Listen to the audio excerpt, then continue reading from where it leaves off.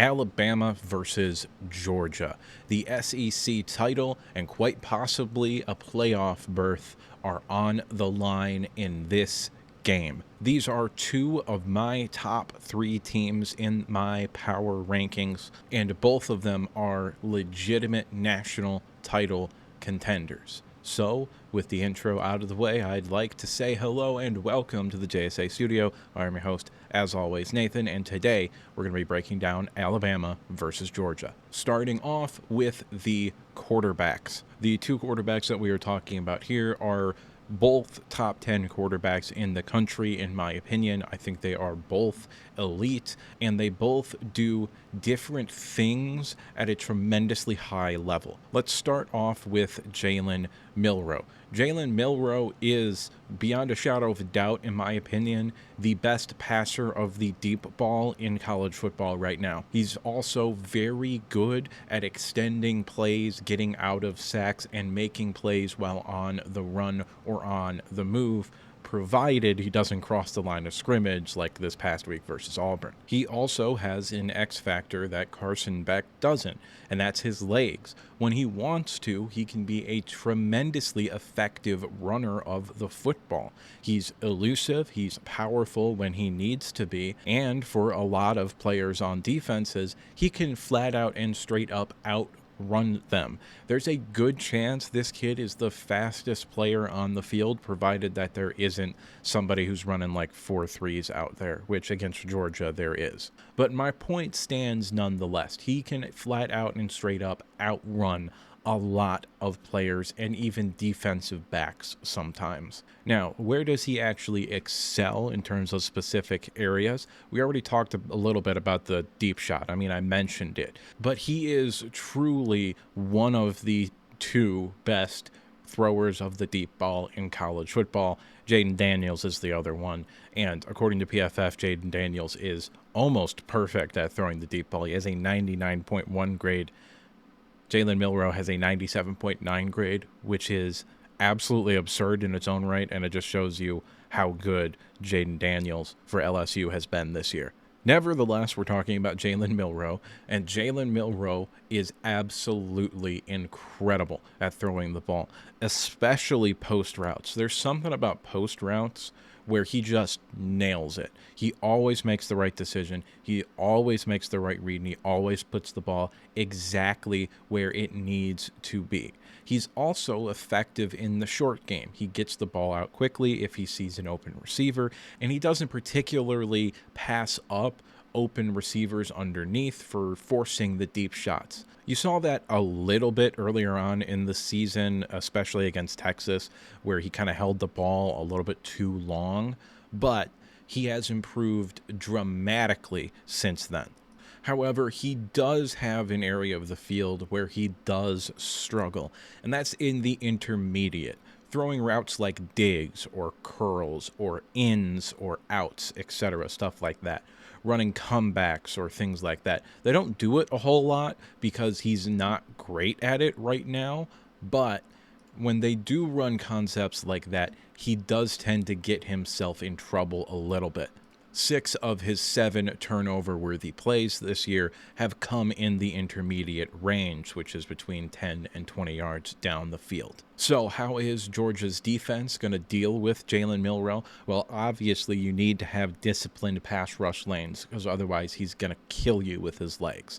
But outside of that, you have to take the deep shot away first. Auburn actually did a pretty decent job of this in their game this past week, and they kind of forced Jalen Milroe to settle into the short throws and the intermediate throws, and they took away the deep shot, and the offense was not nearly as effective as it had been in previous weeks. So that's kind of how you deal with Jalen Milroe right now, is force him into those intermediate reads by taking away the deep shot and coming up and tackling on the short routes so they're not getting chunk plays, so they're only getting 5 to 7 yards every time they throw the ball. And if you can do that, you have a pretty good chance of winning the game against Alabama.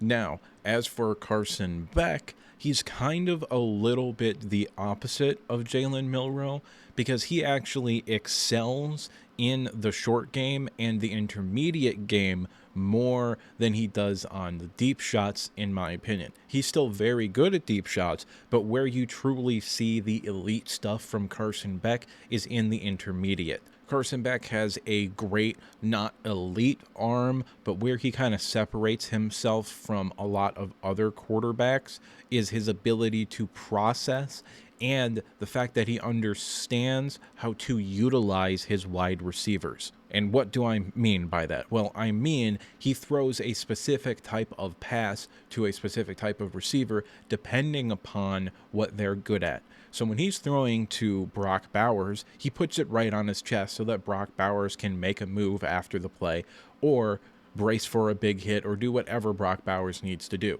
When he's throwing to Lovett or someone like him, a little bit smaller guy, a little bit more of a yak threat than some of his other options, he tends to lead them upfield or away from the hit of an oncoming defensive back or linebacker. So he understands what his target is good at and how to throw the football to them in a manner that will allow them to do what they're good at. Physically, Carson Beck has a great but not elite arm, in my opinion. I think he's someone who 10 to 15 years ago we would have looked at and said he can make any throw in the book. And he's not entirely a statue. He can move around a little bit. However, and this is where we're starting to get into his weaknesses here a little bit, when he is forced to move and he doesn't have his feet set, he is not nearly as effective as when he can just stand in the pocket, read the field, and surgically sort of pick apart the defense.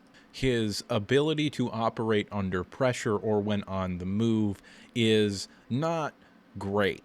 Like, it's still okay. He still makes plays, and he's not bad by any means. It's not like a glaring weakness or anything. But if you can get pressure on him and you can force him to move out of the pocket, especially when he's going to the right for some reason, even though you would think as a right-handed quarterback he would be better running to the right, he isn't. But if you can get pressure on him and you can force him to move around either the pocket or outside of the pocket, then you stand a better chance of being able to slow down this offense. So with a breakdown of both players sort of out of the way here, who's better? That's a tremendously tough question to answer. I think we are talking about two of the top 6 or 7 quarterbacks in the country. And you'll find that the positional groups being very, very close and only really separated by a razor-thin margin is a bit of a theme with these two teams in this video here. But I do have to choose a winner for each positional group. I don't get to say push or it's a tie. So by the smallest margins, and it could be simply because the receiving talent is better for this quarterback, but I am going to give the tiniest of edges to Georgia in this position battle. Jalen Milroe is phenomenal. He's an elite quarterback. But right now, if you forced me to pick, I would rather have Carson Beck. Moving on to our second position here, running backs for these two teams. Both of these running back rooms I would quantify as good, not great. I think they may have some pretty good NFL prospects and some very good college football players at the top end of this, but I don't particularly think either room has elite levels of depth or a truly elite player at the top of the positional group. I am going to somewhat limit this discussion here to the top 2 backs for each of these schools. So Edwards and Milton for Georgia and Williams and McClellan for Alabama. Let's start with the Georgia running backs, Edwards and Milton. Early on in the year, I felt like the bell cow was actually Edwards. But then as the year has gone on, Kendall Milton has come in and taken on a bigger role in the offense. I don't know if that's a we want to save Edwards or Milton wasn't getting enough touches sort of situation, but they're both tremendously effective, especially when they're running behind that Georgia offensive line. Now, Kendall Milton, even though he's very good whenever he touches the ball, is excellent when he's just going north and south. His runs to the A gaps, which is the gap between the center and the left guard, and the gap between the center and the right guard, are where he truly excels. And that's really just because he can run straight forward, use that great power that he has and his legs that don't stop moving to go ahead and grind out some tough yardage.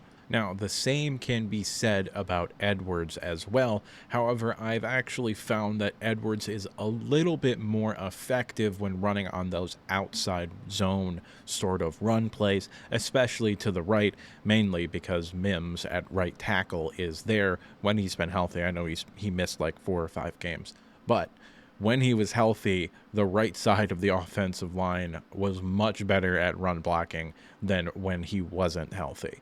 And the numbers do tend to show that both of these backs are better when they're just kind of going and they're not really asked to read a whole lot, which means that they're probably better in power situations rather than zone situations. But I would say that Edwards is just a little bit better in zone runs than Milton. So the Alabama backs now, McClellan and Williams, are a little bit different. Both backs are smaller than Kendall Milton, but a little bit bigger than Edwards. And because of that, they're kind of a little bit more interchangeable in terms of what they do offensively. Now, I will say this. Williams has been the better bell cow back, meaning that when he's gotten consistent carries, he's been a little bit more effective.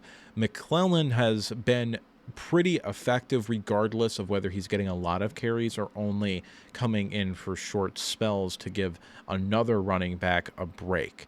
And because of that, I think it's probably better if Roydell Williams became the bell cow going forward, even though I do think Jace McClellan is the better running back. You can keep McClellan's legs fresh by allowing Roydell Williams to take some of the hits early on in the game and wear down the defense, and then you can bring in McClellan, who's faster than Roydell Williams, and really start to gash a defense. So which duo is better, Milton and Edwards or Williams and McClellan?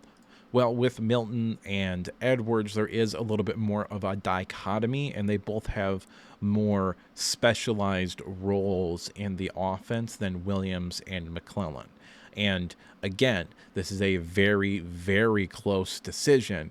However, I'm going to give it to the group that I believe has the best individual running back, which is Jace McClellan. So I am going to give the edge in the running back room by a hair-thin margin to the Alabama Crimson Tide. Moving on to the first position group here, where I do think there is a clear and definitive answer. Even though one group is still good, one group is elite and maybe the best in the entire country. And I'm just going to spoil it here right now. Georgia has a better group of quote-unquote skill position players, basically wide receivers and tight ends, but I don't want to say wide receivers and tight ends every time, so I just say skill positions or just skill. Okay, so basically we're going to be comparing the top 3 wide receivers and the number 1 tight end, because that's where about 85 to 90% of the targets end up going. So for Georgia, that would be Ladd McConkey, Marcus Rosemary, Jack Saints, Dominique Lovett, and Brock Bowers. For Alabama, that would be Jermaine Burton, Isaiah Bond, Malik Benson, and Amari Niblack. Starting off with Alabama, I do think this is a good group of wide receivers. Isaiah Bond has sort of turned it on in recent weeks. Obviously, he caught that miraculous touchdown this past week against Auburn. But your number 1 target this year has been Jermaine Burton for obvious reasons. He's been the best wide receiver for the team, and maybe the best individual wide receiver if we were combining both of these groups. But the depth is where Georgia separates. Isaiah Bond is solid, Benson is okay, and Niblack is a quality Power 5 tight end. But Georgia, on the other hand, has the best tight end in the country in Brock Bowers. maybe the best route runner in the country in Lad McConkey, a tremendously good ex-wide receiver in Rosemary Jack Saint, and two tremendous third options in either Ra Thomas or Dominique Lovett. So I do think fairly easily we can give the edge to Georgia here at the skill position, even though Alabama's skill position players are very good. One of the more interesting conversations to have in this video is the offensive line play, because it's not as clear as perhaps someone might assume it to be. In terms of who has the better offensive line and which offensive line has played better, I was not expecting this to be as close as it was, nor was I expecting this to be as tough of a decision as it ultimately proved to be. And more interestingly, in my opinion, the dichotomy of these two offensive lines is one is better at the tackle positions and one is better at the interior positions. I'm going to go ahead and start with the left tackle position, and the two players that we are comparing are Ernest Green for Georgia and Caden Proctor for Alabama. In my opinion, neither one of these two players has particularly been all that good, but one player has been absolutely horrendous and another player has just been kind of mediocre.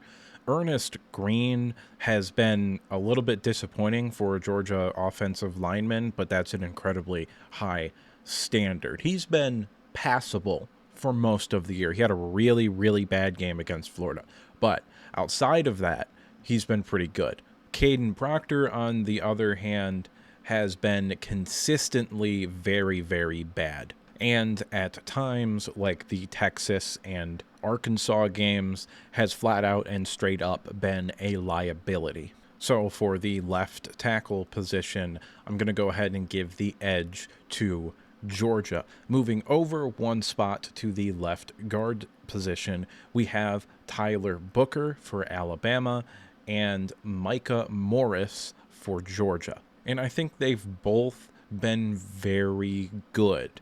Micah Morris specifically has been excellent in the pass game this year. It's been kind of not great for stretches in the run game, but he's been consistently, maybe even elite in terms of pass blocking for a guard.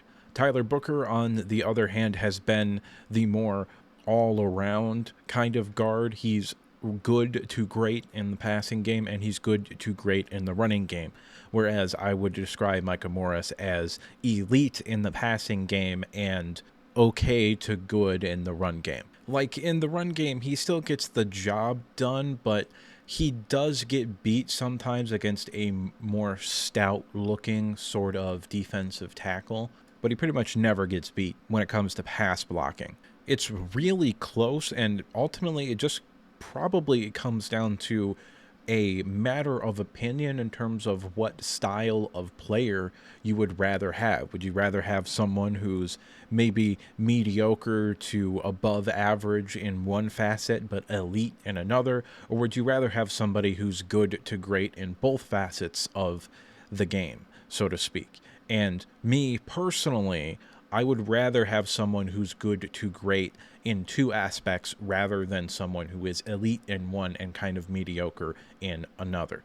They average out to be about equal, probably, but I just generally prefer the more all-around sort of player, so I am going to give Alabama the edge at left guard with Tyler Booker. Moving on to the center position, this is a very, very easy decision for me, and we're not going to spend a whole lot of time on it. I think Cedric Van Pran is the best center in the country, and Seth McLaughlin has not been great. He's, I think, pretty safely, in terms of margin-wise, the worst starting offensive lineman for Alabama, and also probably the worst starting offensive lineman of the two groups combined. So when it comes to the center position, I'm also going to give the edge to Georgia, making it 2-1 in favor of Georgia. The right guard position is for Georgia, Tate Ratledge. There have been other players that have played that position this year. Georgia has had a few injuries along the offensive line, but I do believe Tate Ratledge is going to go this week. Just like I think probably Brock Bowers and Ladd McConkey are also going to play. I think they could have played last week had they respected Georgia Tech a bit more. Now, they have no reason to respect Georgia Tech, but nevertheless, I do think they were held out because they weren't playing a team that had any real sort of chance to beat them. And if they were playing a team that did have a chance, then I think they both would have played last week as well. And this week, Tate Ratledge, I think, is going to play. So he's going to be not matching up against, but being compared to Jaden Roberts for Alabama, who's also had to deal with some injuries this year, but when healthy, he's been very good, and so has Tate Ratledge. So when you're comparing these two players, they're a little bit different style of players. Jaden Roberts a little bit more compact, a little bit more beefy, a little bit more power kind of focused. He's a little bit heavier too. Not that Ratledge can't move people or be a power guy. He can, but he's more of a athlete than Jaden Roberts, in my opinion. And I think he would fare better in a zone-based scheme than Jaden Roberts would. But if we're purely talking about play on the field this year and not sort of NFL potential, which is what we are talking about, even though I do like talking about them as prospects, this video is just supposed to be talking about their play on the field this year, and Ratledge has been better. And that would give Georgia a 3-1 advantage and mean that they probably have the better offensive line, in my opinion. However, I still want to talk about the right tackle position because I think what I might have to say is a little bit controversial. The two right tackles for Alabama and Georgia, Georgia's actually had two right tackles play significant snaps this year, being Mims and Truss, Xavier Truss.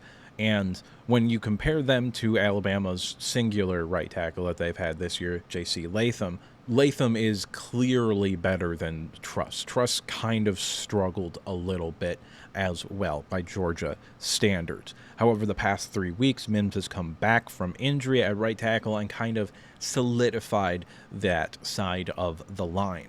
So the question kind of becomes now, who's better, Mims or J.C. Latham? And I want to make this very clear. I think they're both first-round picks, or at least first-round talents. But I do think there is, in terms of play on the field this year, a clear answer in terms of who has been better, and that's J.C. Latham. Latham has been elite this year in basically both sides of the ball. I think he's been elite as a pass blocker and great to elite run blocking. He's been absolutely phenomenal this year. He's solidified his stock for me as a first-round pick and maybe tackle 3 even, behind Alt and Fashanu. And that brings the total in terms of who has the better player in what position to 3-2 in favor of Georgia, which is why I am going to say that Georgia does have the better offensive line. I'm not sure if Georgia has the best offensive line in the country. They haven't particularly been healthy enough for the whole year for them to make that statement, but I do think they are probably, worst case scenario, still top 5. And I think Alabama is outside the top 10. I think they're very, very good, but I don't think they're quite in the same tier as Georgia. Moving on to the defensive line here, this is, again, a little bit of a dichotomy in terms of interior versus exterior, and I do think there is clear advantages to each of the teams at one of the positions. When it comes to the interior defensive line, I do think Georgia has been better this year. The main 3 guys for Alabama have been Tim Keenan, Jaheim Otis, and Tim Smith, whereas the main 3 for Georgia this year have been Warren Brinson, Nasir Stackhouse, and Zion Logue. Warren Brinson, to me, has been very clearly the best player in terms of combining the 2 interior defensive line units for these 2 teams, and is ultimately the reason why, for interior defensive line, I give the edge to Georgia. But if you were to remove him from this group, I think they're dead even, and maybe Alabama would have just a slight advantage, but Warren Brinson is way better than everybody in either of these two groups, in my opinion. He's been especially good. Dominant could even be a word used to describe how he's looked in the run game. He's been absolutely phenomenal as a 3 technique against the run. When it comes to the edge players in this group, I do think there is a much more clear advantage for Alabama in this group than there was an advantage for Georgia in the interior group. The two guys mainly that have been on the field for Alabama have been Chris Broswell and Dallas Turner. Georgia's main two guys have been Michael Williams and Chaz Chambliss. I do think certainly, like definitively, Alabama's edge players are much, much better than Georgia's edge players this year. In the run game, I would give like maybe a slight advantage to Georgia because I do think they've been better at defending the run. But pass game, it's night and day. These two guys for Alabama, Broswell and Turner, have both been elite and just absolutely fantastic. I think Turner is a top 20 draft pick in this upcoming class. And Broswell has also impressed me. I think he's entered the day 2 conversation as an edge rusher. So I give Georgia a slight advantage on the interior and Alabama a massive advantage on the exterior. And because of that, I am going to say that Alabama does have the better defensive line. This year's Georgia defensive line just has not been the same as previous years. And when we talk about matchups later on in the game, I'm not sure Georgia is built to be able to take advantage of potential weaknesses along the Alabama offensive line.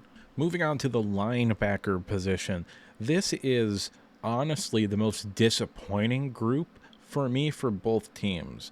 Alabama's linebackers have not been great this year, and neither have Georgia's. I think they both are maybe the weakest group on both of their respective teams. I do think that there is some guys that have some talent and potential upside to develop into really, really good players, but right now they're passable is how I would describe both of these linebacker groups. They're very close in terms of level of play on the field, and figuring out who was better was somewhat of a difficult task, provided that injuries that happened didn't happen. Like, if both of these linebacker rooms were at 100% full strength, I think this would be a lot closer and a much harder decision for me to make. But Dumas Johnson for Georgia, who has been their best linebacker by a mile in my opinion, has not played since you played Missouri, and I don't know if he's going to play this week. You've also been without Humphrey, the primary guy who was slated to be the primary backup for that position. And because of those injuries, I am pretty emphatically going to go with Alabama, who got Lawson back this week. He was very clearly not 100%, but him being on the field at 60% is better than anything Georgia has had to offer the past few weeks. The last position group that we're going to talk about here is the defensive backs, and we're going to break it down to corners and safeties. Let's go ahead and start with the safeties because that is a little bit more interesting to me. Like, I'm more excited to talk about these two safety groups than the corner groups. Javon Bullard and Malachi Starks have both been top 5 safeties in the country this year for me. And Malachi Starks, individually, is in the conversation for best defensive player, regardless of position. He's been absolutely spectacular. He looks like a safety who could end up being a top 10 pick in the NFL draft, and he's a true sophomore. He's unbelievable. I don't typically like to throw out the term generational very often, but Malachi Starks might end up being a generational type of player for you and your team. Now, Alabama's safeties are a little bit less spectacular, but they're still very, very good. Caleb Downs, to me, has also been a top 5 safety in the country. He's been absolutely spectacular, especially when he's playing that deep third in the middle of the field. And Jalen Key has been the other player, and he's been okay. He's been okay to good for the most part throughout this year. And I'm also going to go ahead and include slot guys in this conversation, in which case that is Tyke Smith for Georgia versus Malachi Moore for Alabama.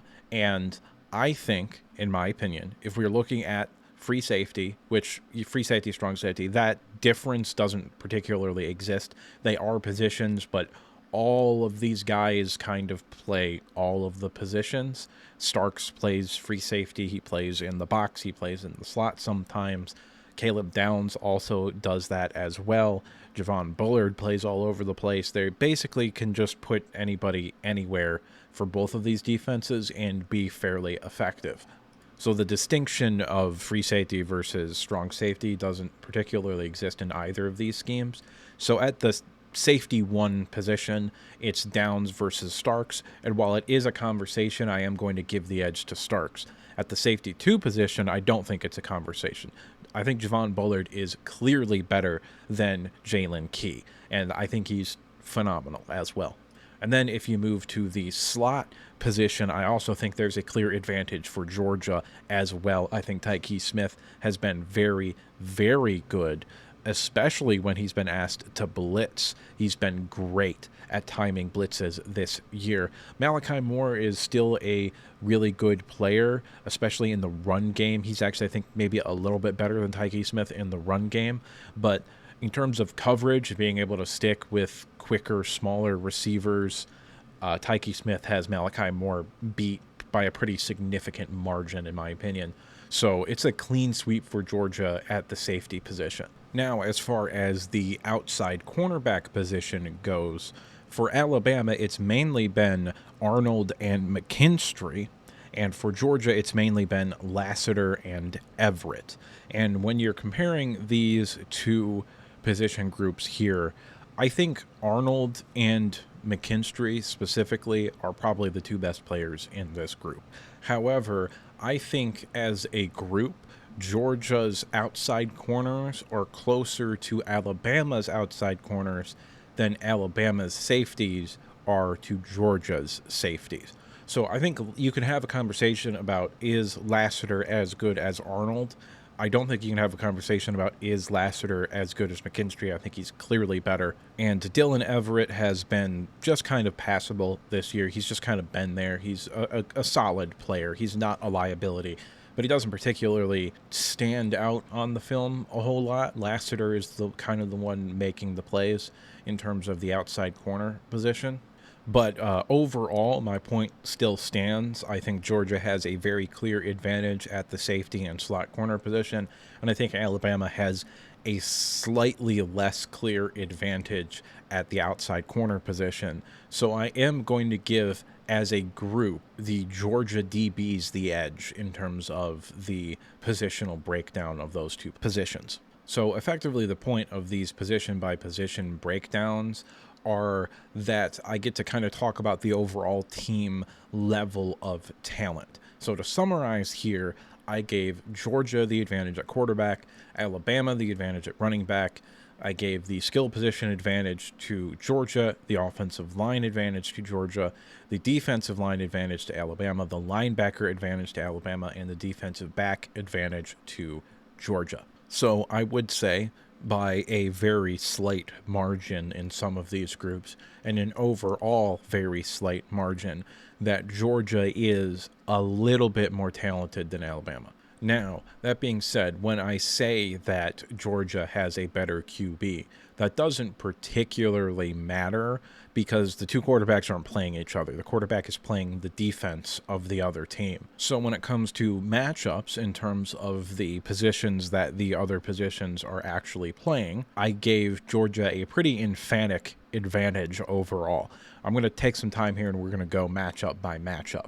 But for Georgia's quarterback versus the Alabama defense, I have given the advantage to Georgia. I think Carson Beck will be able to be effective in the passing game. I think they have a tremendous advantage in terms of matchups because they have Brock Bowers, and Alabama's linebacker play has not been great. And I don't particularly think any of Alabama's safeties can match up against the size and physicality of Brock Bowers while also being able to keep up with his speed and route running ability. I do think that potentially Arnold and McKinstry could give the Georgia wide receivers a little bit of trouble, but I don't particularly think it will matter when Brock Bowers just dominates everybody and you have to double team him, and then that could create opportunities for other players in the passing game. So when it comes to the Georgia offensive line versus Alabama's front seven, I am giving a slight edge to the Georgia offensive line, mainly because Alabama has not been great at stopping the run this year. And I think there's a very real possibility that Georgia could just flat out and straight up play smash mouth football and dominate the Alabama front seven. In the passing game, I do think there's maybe a little bit to be gleamed if in Alabama's favor, but I don't think it makes up for the giant mismatch that is this offensive line in the run game versus the Alabama front seven in the run game. And as far as Georgia's skill versus Alabama's back seven, I've kind of already talked about it when I was talking about Carson Beck and the quarterback and how they were going to take advantage of the Alabama defense as a whole. But I don't think Alabama has anybody that can deal with Brock Bowers. I don't think they have someone who's capable of matching up with him one-on-one, which means that you're either going to have to run a lot of zone, which Georgia is very good at attacking zone schemes, so that's not ideal. Or you're going to have to double team him in man coverage, in which case you're one-on-one everywhere else. And Georgia's skill position players are good enough to be able to win some, if not most, of those matchups fairly consistently. Alabama's quarterback versus Georgia's defense.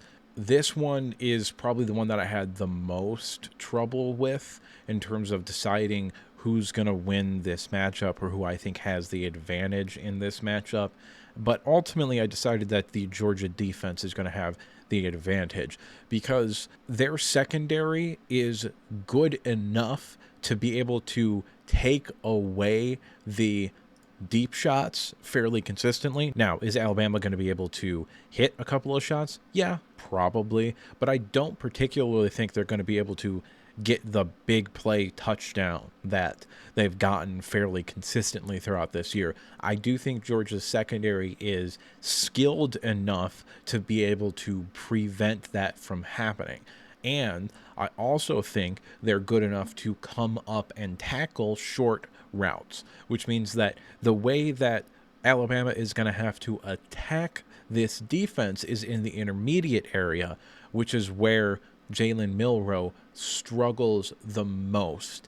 And if you can force him to work inside the pocket, which the pass rush may or may not be able to do that, and kind of make him live in that intermediate range, then I think the matchup favors Georgia, and I do believe that they have the talent to be able to do that. Now, the Alabama offensive line versus the Georgia front seven, I am giving Alabama their only advantage, in my opinion. And that's because I don't particularly think Georgia will be able to rush the passer with any sort of consistency in this game. And that's tremendously important, especially when you're playing someone like Jalen Milroe. So he could have 3.5, 4 seconds to pass before anybody gets near him, and then he can make somebody miss and have another 3 or 4 seconds to pass, and then you get into scramble drill, and there's some positive things for Alabama to be gained there. And as far as Alabama's skill position players versus Georgia's back seven go, I am still giving the advantage to Georgia because I think they have the best secondary in the country, and I think Alabama's skill position players are good to great. They're like somewhere between 25th in the country and 15th in the country. Now, there are other things outside of just positional matchups that matter, and those are what I refer to as narratives. And basically, these are other things that I need to talk about if we're going to talk about Alabama versus Georgia. And the first thing I want to mention is Alabama's red zone offense has been somewhat inconsistent this year. They've sometimes struggled to convert to touchdowns when they've gotten past the 50-yard line. Last week, it was kind of really, really bad against Auburn. But generally speaking, they've been pretty good in the red zone, which I do think is an advantage for them over Georgia. Georgia has been surprisingly like middle of the pack in terms of red zone defense this year. I believe they're like 62nd in the country or something like that. The next thing is going to be Georgia's offensive line versus Alabama's front seven. And how do they hold up? Can Alabama even maybe hold up and stop the run game? I'm not sure. And that is probably going to be the most important factor in this game, because I do think there is some stuff that Alabama will be able to do in the secondary to kind of confuse Carson Beck and potentially get him off his game a little bit with the pass rush. But none of that matters if you can't stop the run. So if Alabama can stop the run, all of a sudden I think this gets a lot closer in terms of Alabama's ability to compete and potentially even win this game. And the other thing is, does it matter if Alabama can get pressure on Carson Beck when the run game is working so well? So these 2 points kind of piggyback off of each other. But if Alabama can get pressure and the run game is not as effective as perhaps I am expecting it to be, then all of a sudden Alabama's chances to win this game increase dramatically, in my opinion. And it starts with stopping the run, but then the next step after that is getting pressure on Carson Beck. And Carson Beck, really the only time this year he hasn't looked straight up elite is when he has been getting hit. And the last thing that I want to talk about here is Georgia and their red zone offense, which has been somewhat pedestrian this year. They have kind of struggled to convert touchdowns when they get inside the 20. And Alabama's red zone defense has been pretty good so far this year. So that is, I think, maybe another advantage for Alabama that isn't on the matchup table, so to speak, which is if they can keep Georgia to kicking field goals as opposed to scoring touchdowns, then their chances of winning the game also increase dramatically. Before I get into my prediction, I just want to say I am not particularly confident in this prediction.